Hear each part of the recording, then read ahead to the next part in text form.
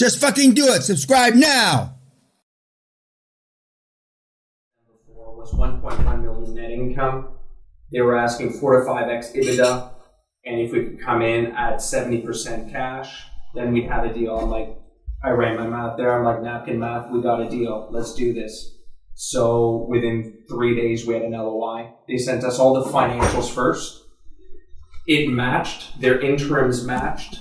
The problems, they had a bad end of year 2019, and their year end is February 2019. So that hurts, but we'll get into that afterwards.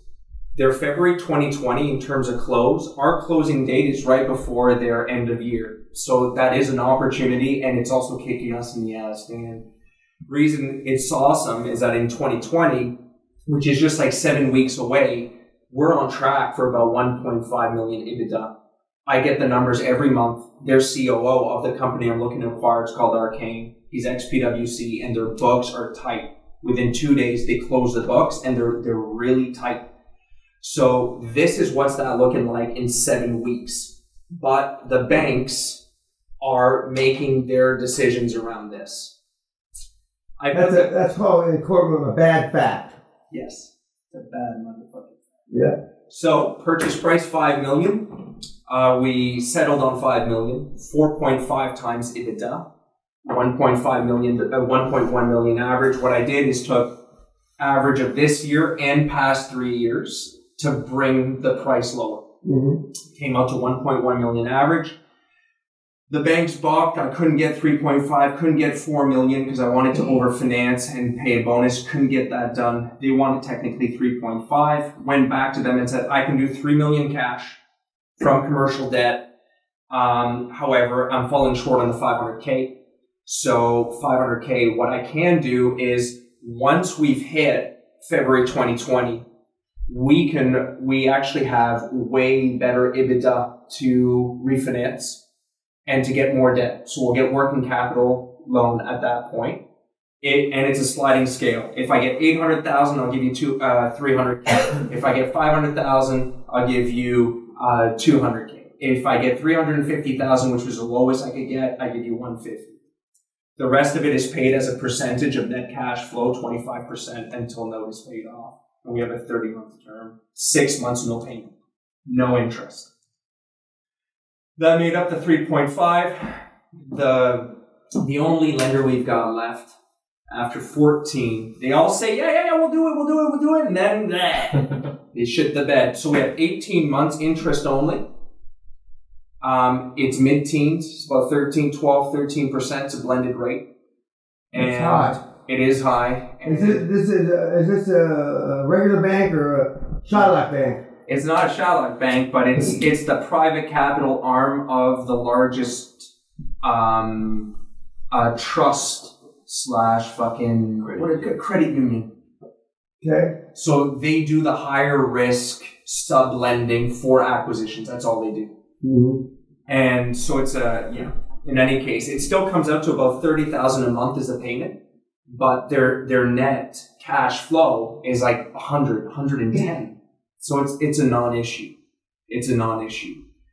The other portion of the deal, they're holding $500,000 in their own equity so that they don't piss and shit in the thing they own. That came from our board.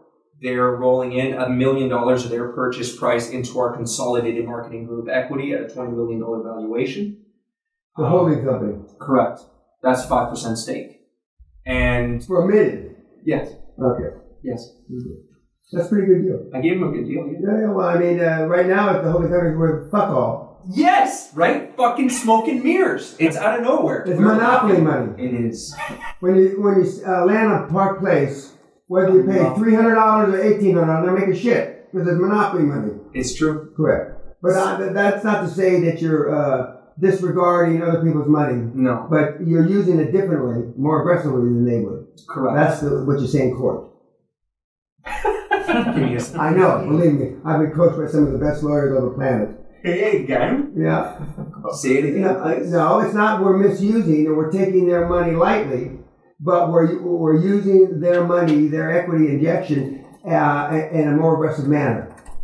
Still within the guidelines of banking, but in a more aggressive manner. And juries and judges will lap that shit up. Because it gets back to, the donkey fuck guys, that I'm trying to be a good person and all that horse shit. That's a made up answer by some of the greatest speechwriters on the planet. It's not from my heart.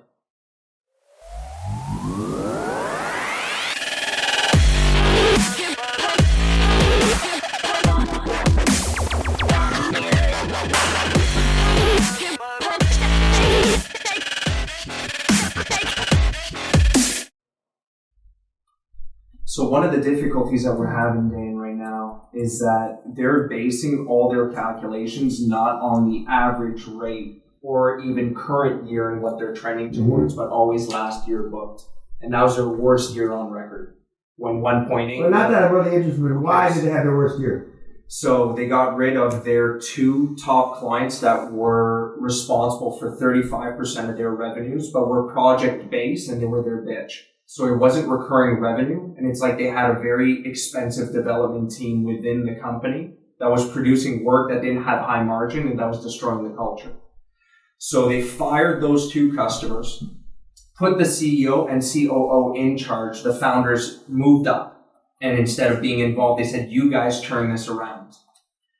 And they paid out severance. They took out a term loan, $350,000, and fired. Oh, so that paid, okay. Yeah, they got rid of like 25 employees that were the lowest hanging fruit. From there, they performed the digital transformation that we've done on our company. We used to be 80% project-based. Now we're 90% recurring revenue, and we grew. And in their situation, 60% of their revenue is recurring, average 3-year contracts, mid-market, like $100 million, $200 million companies. They're good companies. 72% of revenue comes from those recurring contracts plus additional projects those customers request. So it's very, very good revenue base, very sticky, and that's very uncommon in our industry, which is digital marketing. So that's why they had the bad year. And this is where the Canadians fucking come in. They're like, to get the deal done, we want your personal guarantee, we want your children, we want your company. Well, you got plenty of children. I know. But they want the souls of the first 2 sons. Okay. They said they also wanted $500K cash. And that's where, as they were digging in, because the deal was tight, because if we're looking at, 3, and they include the line of credit as if fully drawn in part of their debt to debt to EBITDA ratio. So they have $1 million line of credit that's not fully drawn, plus the $3 million in acquisition financing. If we're looking at the $600,000 in EBITDA of the closed year, then we're looking at like a 7x, 6.5x. And that's way beyond any lender's comfort zone. They like 4.5x if they're a risky lender, right? Typically they like 3x, right. 2 to 3 turns. So that's where he's working with me, and I'm like, listen. And so in the end, we'll close the year with $400,000 EBITDA and about $700,000 retained earnings. And I told him, listen, I want to sell this thing, so I can't cross-collateralize. That's the only reason I can't, because you said in one of your videos, as soon as you cross-collateralize, you can't sell the asset.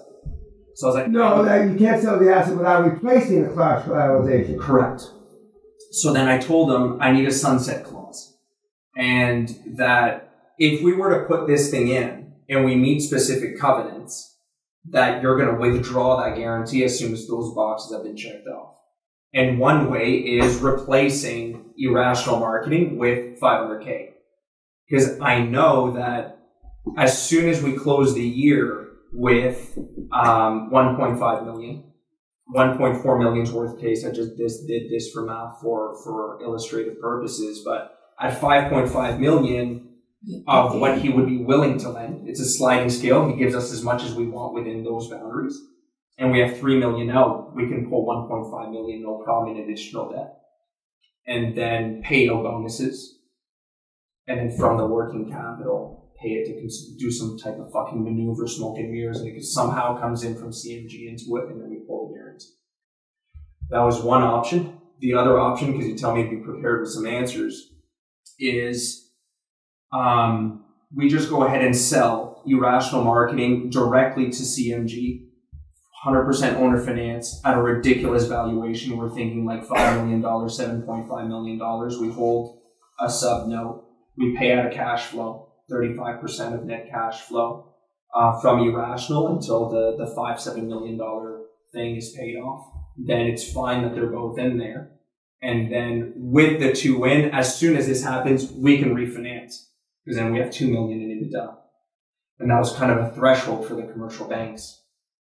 What the fuck would you do, man? I like the second option. Yeah? Yeah. So in that case, exit Irrational Marketing first. We hold the note, taking a piece of cash flow on a monthly basis. We complete that transaction first. We roll that up to CMG, the holding company.